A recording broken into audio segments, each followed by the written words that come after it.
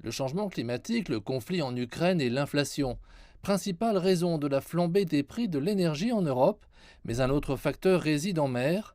La demande de GNL, le gaz naturel liquéfié, a tellement augmenté qu'il n'y a pas assez de navires pour le transporter. La raison pour laquelle nous avons une pénurie en ce moment, c'est parce que les prix à la tonne de mille parcourus ont doublé, car les routes traditionnelles se sont effondrées. L'Europe importe maintenant des États-Unis et pour ce trajet, vous avez besoin de navires. Ils importent également du Moyen-Orient, du Qatar et de tous les pays producteurs, donc nous avons besoin de plus de méthaniers pour le GNL. Alors que la Russie coupe l'approvisionnement du gazoduc Nord Stream 1 vers l'Allemagne, l'Europe fait un virage à 180 degrés vers le GNL. Mais d'autres grands marchés comme la Corée du Sud et le Japon font de même, et cela crée une demande que les fournisseurs ne peuvent pas égaler, alimentant la concurrence entre l'Asie et l'Europe pour ces précieuses cargaisons, qui fait encore grimper les prix.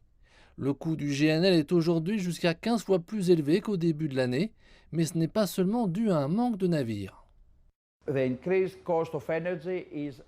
L'augmentation du coût de l'énergie, permettez-moi de dire, n'est pas due à l'augmentation du coût du transport. Disons que nous avons doublé les coûts de transport, le coût du GNL par mètre cube, disons, a augmenté de 14 ou 15 fois, c'est à cause du manque de produits. Vous ne pouvez pas remplacer le Nord Stream 1 ou le Nord Stream 2 par des navires qui ne sont même pas encore à l'eau.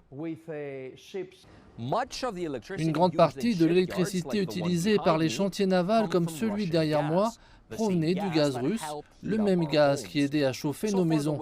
Jusqu'à présent, le temps ici en Grèce est chaud et restera encore comme ça pendant au moins un mois de plus, mais à l'approche de l'hiver, de nombreuses personnes commenceront à monter leur thermostat.